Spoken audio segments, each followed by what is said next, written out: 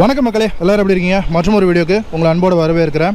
இது சிட்ராயினுடைய பசால்ட். சிட்ராயின்ங்கிறது ஒரு French car maker. கடந்த சில வருஷங்களாக இந்தியாவில் அவங்களுடைய ப்ரெசன்ஸ் இருந்துகிட்டு இருக்கு. ஃபர்ஸ்ட் வந்து சிட்ராயினுடைய C5 ஏர் கிராஸ் அப்படிங்கிற வெஹிக்கிளில் இந்தியாவில் லான்ச் ஆனாங்க. அதுக்கப்புறமா C3 அப்படிங்கிற வெஹிக்கிள் கொண்டு வந்தாங்க. அப்புறம் C3ல ஏர் கிராஸ் அப்படிங்கிற வெஹிக்கிள் கொண்டு வந்தாங்க. ஸோ இந்த பசால்ட் அப்படிங்கிறது அவங்களுடைய இப்போ லேட்டஸ்ட்டாக லான்ச் பண்ணியிருக்கிற வெஹிக்கிள். அண்ட் இதில் ஒரு ஸ்பெஷலான விஷயம் என்ன அப்படின்னா, இது வந்து ஆக்சுவலாக C3 ஏர் கிராஸை பேஸ் பண்ணப்பட்ட ஒரு வெஹிக்கிள் தான். ஸோ C3 ஏர்கிராஃப்ட்னுடைய பிளாட்ஃபார்மில் இருந்து தான் இந்த வெஹிக்கிளை செஞ்சுருக்காங்க.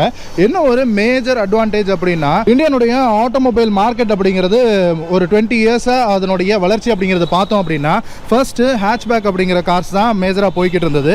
செடான் அப்படிங்கிற செக்மெண்ட் வந்து கொஞ்சம் வெல் டு டூவான கம்யூனிட்டி அப்படிங்கிறது வந்து செடான்ஸ் அப்படிங்கிறதுக்கு போவாங்க. ஆனால் ஜென்ரலாக மாஸ் மார்க்கெட் அப்படிங்கிறது ஹேட்ச்பேக் சைடு தான் இருந்தது. அண்ட் அதுக்கப்புறமா அந்த ஹேட்ச்பேக்ஸில் வந்து சூடோ எஸ்யூவிஸ்னு சொல்லப்படுற அந்த எஸ்யூவி லைட் கார்ஸ்க்கு மாறிச்சு. அண்ட் இப்போ அந்த எஸ்யூவி கார்ஸ் அப்படிங்கிறது ஒரு சின்ன பரிணாம வளர்ச்சி அப்படிங்கிறது ஆகி இப்போ இந்த கூப்பே எஸ்யூவிக்கு வந்திருக்கு. ஸோ இதை வந்து கிராஸ் ஓவர் கூப்பே அப்படின்னு கூட சொல்லலாம். ஸோ இந்த பசால்ட்னுடைய ஒரு ஸ்பெஷாலிட்டி அப்படிங்கிறது இந்த ரியர் போர்ஷனில் தான் இருக்குது. ஸோ இந்த கூப்பே ஸ்ட்ரக்சர் அப்படிங்கிறது தான் இதனுடைய முக்கியமான அம்சம். கூப்பே அப்படிங்கிறது ஜென்ரலாக 1950s காலகட்டங்களில் ஒரு 2 டோரில் உங்களுக்கு ஒரு ஸ்லோப்பிங் ரூஃப் லைனோட ஒரு 4 சீட்டர் கார் இருந்தது அப்படின்னா அது வந்து ஒரு கூப்பேன்னு சொல்லுவாங்க. ஃபர்ஸ்ட்லாம் வந்து அது செடானில் தான் வந்துட்டு இருந்தது. பட் இப்போ நம்மளுடைய எஸ்யூவி மார்க்கெட்டில் இந்த கூப்பே அப்படிங்கிற ஸ்டைலிங் வந்திருக்கு.